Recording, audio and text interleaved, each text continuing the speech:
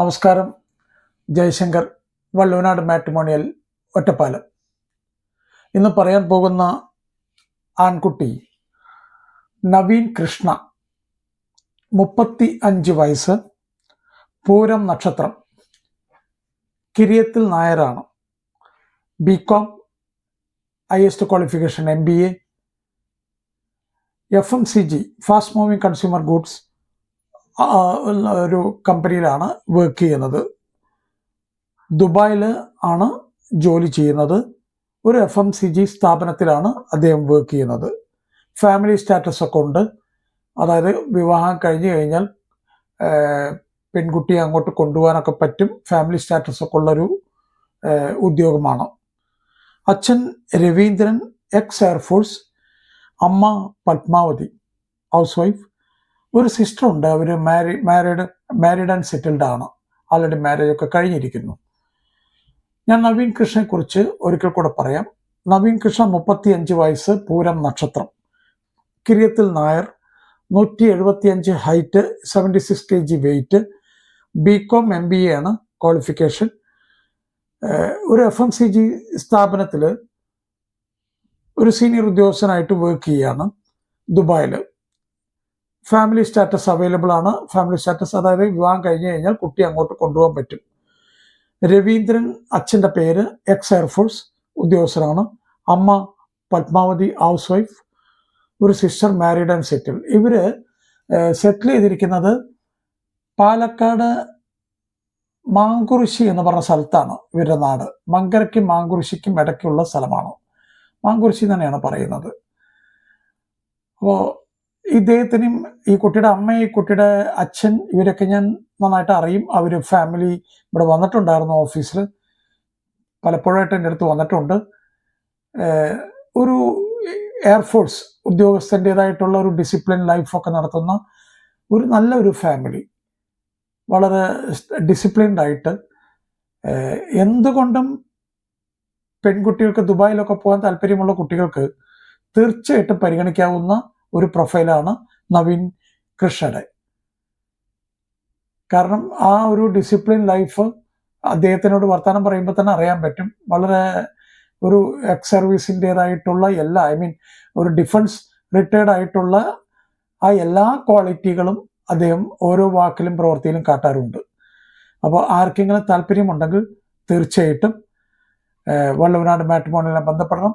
Further വിവരങ്ങൾ ഞാൻ എടുത്തു തരുന്നതാണ്. എല്ലാ വീഡിയോകളിലും പറയുന്ന കാര്യങ്ങൾ ഈ വീഡിയോയിലും ആവർത്തിക്കുകയാണ്. വീട്ടിൽ വിവാഹപ്രായമെത്തിയ കുട്ടികൾ ഉള്ളപ്പോൾ അച്ഛനമ്മമാർക്ക് പതിവിൽ കവിഞ്ഞ ടെൻഷനും കാര്യങ്ങളൊക്കെയാണ്. ഇനിയിപ്പോൾ ഇത് എങ്ങനെയൊക്കെ നടത്തണം, എന്തൊക്കെ ചെയ്യണം, ആരെ പോയി കാണണം, ഏത് ജോത്സ്യനെ കാണണം, ഏത് മാട്രിമോണിയലിൽ രജിസ്റ്റർ ചെയ്യണം, എങ്ങനെ പ്രൊഫൈൽ ഉണ്ടാക്കണം, ഇങ്ങനെ നിരവധി പ്രശ്നങ്ങളാണ്. അത് ഓരോന്ന് അതിലോട്ട് പോകുമ്പോഴാണ് അതിൻ്റെ ബുദ്ധിമുട്ടുകളും കാര്യങ്ങളൊക്കെ മനസ്സിലാവുക. അപ്പോൾ അതിനെക്കുറിച്ച് ഈ ടെൻഷൻ എങ്ങനെ കുറയ്ക്കാം, ഈ വക കാര്യങ്ങളിൽ അതിനെക്കുറിച്ചൊരു കുറച്ച് ടിപ്സ് ഞാൻ തരാനായിട്ട് ആഗ്രഹിക്കുകയാണ്. ഒന്ന്, വിവാഹപ്രായമെത്തിയ കുട്ടിയുമായി രക്ഷിതാക്കൾ അല്ലെങ്കിൽ സഹോദരങ്ങളൊന്ന് നന്നായിട്ട് സംസാരിക്കുക. അച്ഛനും അമ്മയും സഹോദരങ്ങളും കൂടെ ഒരു ദിവസം ഇരുന്ന് നന്നായിട്ടൊന്ന് സംസാരിക്കുക. ആ കുട്ടിയുടെ അഭിപ്രായങ്ങൾ മൊത്തം കേൾക്കുക. എന്തൊക്കെയാണ് ആ കുട്ടിക്ക് പറയാനുള്ളതെങ്കിൽ അത് കൃത്യമായിട്ട് മനസ്സിലാക്കുക. പലതും പറയാനുണ്ടാവും. ജോലി സ്ഥലം ഇന്നതായാൽ നന്നായിരുന്നു, ഹൈറ്റ് ഇത്ര വേണം, എഡ്യൂക്കേഷൻ ഇത്ര വേണം എന്നൊക്കെ ഉള്ളത് കുട്ടികൾ സാധാരണയായിട്ട് അഭിപ്രായങ്ങൾ പറയാറുണ്ട്. അപ്പോൾ അതൊക്കെ ഒന്ന് മനസ്സിലാക്കുക. ഒന്ന്. രണ്ടാമത്തെ കാര്യം, ഒരു പ്രൊഫൈൽ എഴുതി ഉണ്ടാക്കലാണ്. പ്രൊഫൈൽ എഴുതി ഉണ്ടാക്കുക എന്ന് പറഞ്ഞു കഴിഞ്ഞാൽ പേര്, നാള്, date of birth, birth time, birth place, caste എന്താണ്, അതായത്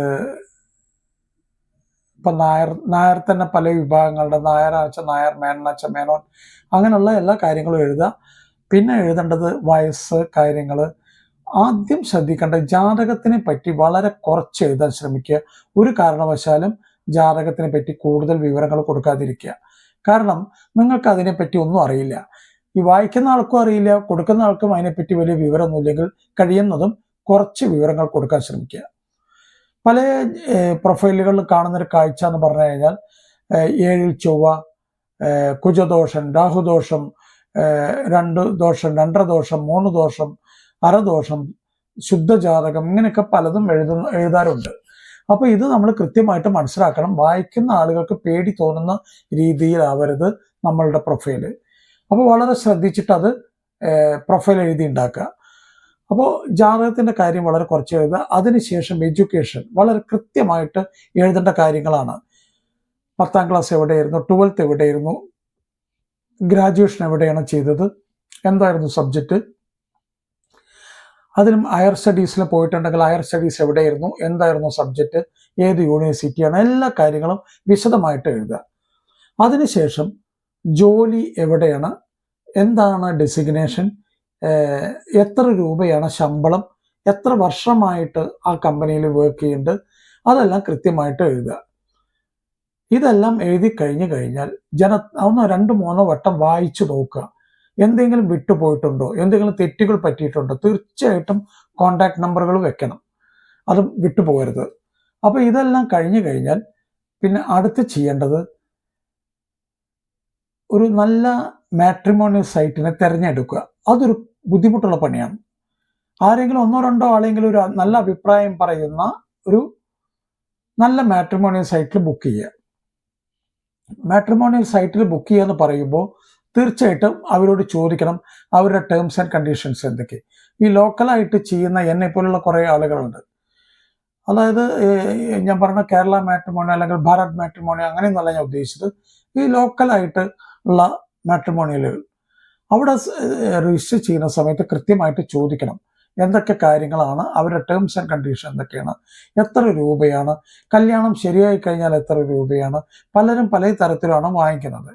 ഒറ്റപ്പാലത്തൊക്കെ ഞാൻ അറിഞ്ഞിട്ടുള്ളത് 1 ലക്ഷം രൂപയുടെ അടുത്തൊക്കെ വാങ്ങിക്കുന്നുണ്ട് എന്നുള്ളതാണ് ഞാൻ മനസ്സിലാക്കുന്നത്. അപ്പോൾ അതൊക്കെ ബാർഗെയിൻ ചെയ്യാനുള്ള ഇതുണ്ടാക്കുക. കഴിയാവുന്നത്ര നന്നായിട്ട് സംസാരിച്ച് നല്ല രീതിയിൽ തന്നെ അതൊക്കെ രജിസ്റ്റർ ചെയ്യാനുള്ള ഏർപ്പാടുണ്ടാക്കുക. ഒരു അബദ്ധം പറ്റരുത്, അതുകൊണ്ടാണ് ഞാൻ ഇത് എടുത്തു പറയുന്നത്. അങ്ങനെ രജിസ്റ്റർ ചെയ്ത് കഴിഞ്ഞാൽ നല്ലൊരു ദിവസം നോക്കിയിട്ട് രജിസ്റ്റർ ചെയ്യുക. രജിസ്റ്റർ ചെയ്ത് ഇത് കഴിഞ്ഞാൽ നന്നായിട്ടൊന്ന് നിങ്ങളുടെ ധർമ്മദൈവങ്ങൾ രജിസ്റ്റർ ചെയ്യുന്നതിൻ്റെ മുന്നേ തന്നെ നിങ്ങളുടെ ധർമ്മദൈവങ്ങൾ അല്ലെങ്കിൽ കുടുംബക്ഷേത്രം അല്ലെങ്കിൽ പാമ്പങ്കാവ് അല്ലെങ്കിൽ വെളുത്തങ്കാവ് എന്നൊക്കെ പറയും, അവിടെയൊക്കെ ഒന്ന് നന്നായിട്ടൊന്ന് പ്രാർത്ഥിക്കുക. ഇതൊക്കെ ഒന്ന് പ്രാർത്ഥിച്ചിട്ട് രജിസ്ട്രേഷൻ ഒക്കെ ചെയ്ത് കഴിഞ്ഞാൽ കാര്യങ്ങൾ വലിയ തടസ്സമില്ലാതെ മുന്നോട്ട് പോകുന്നത് കാണാൻ പറ്റും. അങ്ങനെ രജിസ്റ്റർ ചെയ്ത് കഴിഞ്ഞാൽ തീർച്ചയായിട്ടും പ്രൊഫൈലുകൾ ഈ മാട്രിമോണിയൽ സൈറ്റുകൾ അയക്കാൻ തുടങ്ങും. മാട്രിമോണിയൽ സൈറ്റുകൾ പ്രൊഫൈലുകൾ അയക്കുമ്പോൾ മക്കളുമായി സംസാരിക്കുക. പ്രൊഫൈൽ കാട്ടിക്കൊടുക്കുക, ഫോട്ടോ കാട്ടിക്കൊടുക്കുക, ഹോറോസ്കോപ്പ് അവർക്ക് കാട്ടണമെന്നില്ല. മറിച്ച് ഈ ഫോട്ടോയും പ്രൊഫൈലൊക്കെ കാട്ടി സംസാരിക്കുക. കുട്ടിക്ക് ഓക്കെ ആണെന്ന് പറഞ്ഞു കഴിഞ്ഞാൽ അത് ജാതകം നോക്കണം എന്നുണ്ടെങ്കിൽ തീർച്ചയായിട്ടും പോയിട്ട് ജാതകം നോക്കണം. അത് ഒരു പണിക്കരെ കൊണ്ട് മാത്രം പോരാ, 3-4 പണിക്കരടുത്തെങ്കിലും പോയിട്ട് നോക്കുക. 3-4 പണിക്കരടുത്ത് നോക്കുമ്പോൾ 4 പേര് നോ എന്ന് പറഞ്ഞാൽ ഒഴിവാക്കുക. 4 ഏതെങ്കിലും ഒരാൾ പറയുകയാണ് അത് വെച്ച് മുന്നോട്ട് പോയിക്കോളൂ എന്ന് പറഞ്ഞാൽ അത് വെച്ച് മുന്നോട്ട് പോവുക. അങ്ങനെ മുന്നോട്ട് പോകുന്ന സമയത്ത് അടുത്ത ഇത്, അതായത് ഇപ്പോൾ ജാതകവും മാച്ചായി കഴിഞ്ഞു, വീട്ടുകാർക്ക് ഓക്കെയാണ്, 2 വീട്ടുകാർക്കും ഓക്കെ, 2 കുട്ടികൾക്കും ഇഷ്ടപ്പെട്ടു എങ്കിൽ തീർച്ചയായിട്ടും കുട്ടികൾ തമ്മിൽ വാട്സാപ്പ് ചാറ്റിൽ കൂടെ ഒരു ഫ്രണ്ട്ഷിപ്പ് ബിൽഡപ്പ് ചെയ്യണം. അത് മറക്കാതെ ചെയ്യണം. വളരെ കുറഞ്ഞ സമയം കൊണ്ട് തന്നെ അവർ നല്ലൊരു ഫ്രണ്ട്ഷിപ്പ് ഉണ്ടാക്കണം. ഈ ഫ്രണ്ട്ഷിപ്പ് ആയി കഴിഞ്ഞാൽ കാര്യങ്ങൾ കൃത്യമായിട്ട് സംസാരിക്കുക. അവരുടെ ആദ്യം ചോദിക്കേണ്ട ചോദ്യം വല്ല ലൈവായിട്ട് വല്ല ലവ് അഫെയർ വല്ലതും ഉണ്ടോയെന്ന്. ഉണ്ടെങ്കിൽ അവിടെ വെച്ച് സ്റ്റോപ്പ് ചെയ്യുക. ഇല്ല മുന്നോട്ട് പോകാം എന്ന് പറഞ്ഞു കഴിഞ്ഞാൽ അടുത്ത കാര്യങ്ങളൊക്കെ ചോദിച്ച് മനസ്സിലാക്കുക.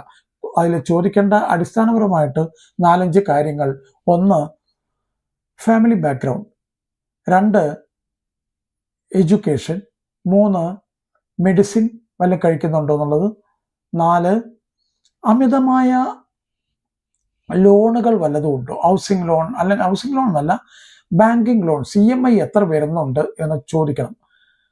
അത് നിങ്ങൾക്ക് ഓക്കെ ആണെങ്കിൽ ഇതൊന്നും ഒരു നെഗറ്റീവ് ആയിട്ടുള്ള കാര്യങ്ങളല്ല. അപ്പം മരുന്ന് കഴിക്കലായാലും ശരി, ലോൺ ഉണ്ടെങ്കിലും ശരി, അതൊന്നും ഒരു തെറ്റായിട്ടുള്ള കാര്യങ്ങളല്ല. ഇന്നത്തെ കാലത്ത് അങ്ങനെയൊക്കെ തന്നെ ജീവിക്കാൻ പറ്റുള്ളൂ. അപ്പോൾ അതൊക്കെ മനസ്സിലാക്കി വെക്കുക. കൃത്യമായിട്ട് കമ്മ്യൂണിക്കേഷൻ അങ്ങോട്ടും ഇങ്ങോട്ടും നടത്തുക. ഒരു തരത്തിലും ഒരു ബുദ്ധിമുട്ട് ആർക്കും ഉണ്ടാവരുത്, ഒരു ടെൻഷനായിട്ടുള്ള നടപടികളിലേക്ക് പോകരുത്. കൃത്യമായിട്ട് കാര്യങ്ങൾ സംസാരിക്കുക. എന്തൊക്കെ നമ്മൾ സംസാരിച്ച് കഴിഞ്ഞാൽ പിന്നെയും നമുക്ക് പറയാൻ പലതും ഉണ്ടാകും. അപ്പോൾ കഴിയാവുന്നത്ര കാര്യങ്ങൾ അച്ഛനമ്മമാരും കുട്ടികളും തമ്മിൽ നന്നായി സംസാരിച്ച് ഓരോ സ്റ്റെപ്പും, വിവാഹത്തിൻ്റെതായിട്ടുള്ള ഓരോ സ്റ്റെപ്പും ഒരു മംഗളകർമ്മം നടക്കാനുള്ളതാണെന്നുള്ള ഓർമ്മ വേണം. അതിനനുസരിച്ച് മുന്നോട്ട് പോകണം. എല്ലാ കുട്ടികൾക്കും മംഗളാശംസകൾ നേർന്നുകൊണ്ട് നിർത്തുന്നു. നന്ദി, നമസ്കാരം. ജയശങ്കർ, വള്ളുവനാട് മാട്രിമോണിയൽ, ഒറ്റപ്പാലം.